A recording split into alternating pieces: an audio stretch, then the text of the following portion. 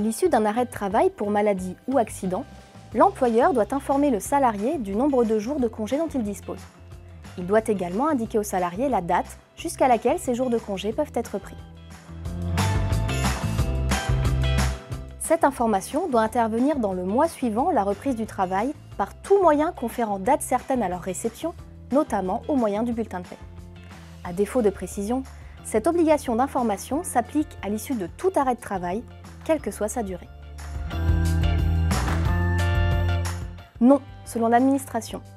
Ce n'est qu'à l'issue de la période d'arrêt de travail que l'employeur doit, en application du Code du travail, informer le salarié de ses droits à congé. Puisque l'information ne peut pas être communiquée pendant l'arrêt de travail, selon la DGT, Direction générale du travail, il en résulte que l'employeur ne devrait pas pouvoir demander au salarié de prendre ses congés reportés dès son retour d'arrêt maladie. Les congés concernés par cette obligation d'information ne sont pas explicités par la loi.